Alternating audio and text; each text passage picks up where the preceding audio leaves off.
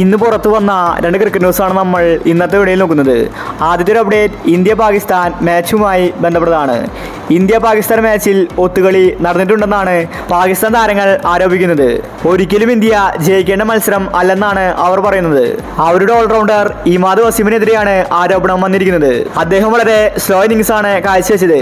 അദ്ദേഹത്തിന്റെ ഇന്നിംഗ്സിൽ സംശയമുണ്ടെന്നാണ് പാകിസ്ഥാൻ താരങ്ങൾ ഉന്നയിച്ചിരിക്കുന്നത്. ഇമാദ് മനഃപൂർവ്വം കളി തോൽക്കാൻ ഒത്തുകളിച്ചു എന്നാണ് മുൻ പാകിസ്ഥാൻ താരങ്ങൾ പറയുന്നത്. കളി ജയിക്കാൻ അദ്ദേഹം അടിച്ചു കളിച്ചില്ലെന്നാണ് അവർ പറയുന്നത്. 23 ബോളിൽ 15 റൺസ് മാത്രമേ അദ്ദേഹം എടുത്തിട്ടുണ്ടായിരുന്നുള്ളൂ. വളരെ മോശം സ്ട്രൈക്ക് റേറ്റ് ആയിരുന്നു. ഇമാദിനെതിരെ അന്വേഷണം വേണമെന്ന് പാകിസ്ഥാൻ താരങ്ങൾ പറയുന്നു. അടുത്തൊരു അപ്ഡേറ്റ് സഞ്ജു സാംസണുമായി ബന്ധപ്പെട്ടതാണ്. കഴിഞ്ഞ 2 മാച്ചിലും സഞ്ജുവിനെ കളിപ്പിച്ചിട്ടുണ്ടായിരുന്നില്ല. പാകിസ്ഥാൻ അയർലൻഡ് ഈ 2 മാച്ചിലും സഞ്ജു സൈഡ് ബെഞ്ചിലായിരുന്നു. ഋഷഭ് പന്ത് 2 മാച്ചിലും കളിച്ചിട്ടുണ്ടായിരുന്നു. ഇന്ത്യ ഇപ്പോൾ സൂപ്പർ 8ലേക്ക് കടക്കാൻ പോവുകയാണ്. അടുത്ത മത്സരം അമേരിക്കയുമായിട്ടാണ്. അതിൽ ഇന്ത്യ ജയിക്കുമെന്നത് ഉറപ്പാണ്.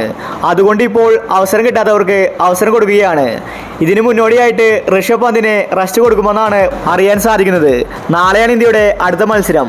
ഈ മാച്ചിൽ ഋഷഭ് പന്ത് കളിച്ചേക്കില്ല. സഞ്ജു സാംസണിനെ ഇന്ത്യയുടെ വിക്കറ്റ് കീപ്പർ ആക്കുമെന്നാണ് അറിയാൻ സാധിക്കുന്നത്. ഋഷഭ് പന്ത് ഓൾറെഡി ഫോമിലാണ്. അതുകൊണ്ട് അടുത്ത മത്സരത്തിൽ റെസ്റ്റ് കൊടുത്ത് സൂപ്പർ 8ൽ ഋഷഭ് പന്തിനെ കളിപ്പിക്കാനാണ് അവരുടെ പദ്ധതി. സഞ്ജുവിനെ അവസരങ്ങൾ കൊടുക്കുകയാണ്. ഋഷഭ് പന്ത് പുറത്തായി സഞ്ജുവിനെ അവസരം കിട്ടുമ്പോൾ സഞ്ജു തകർത്തടിച്ചില്ലെങ്കിൽ പിന്നെ സഞ്ജുവിനെ ഒരിക്കലും അവസരം കിട്ടില്ല. അപ്പോൾ ഇത്തരം ക്രിക്കറ്റ് ന്യൂസിന് വേണ്ടി ഈ ചാനൽ മറക്കാതെ സബ്സ്ക്രൈബ് ചെയ്യൂ.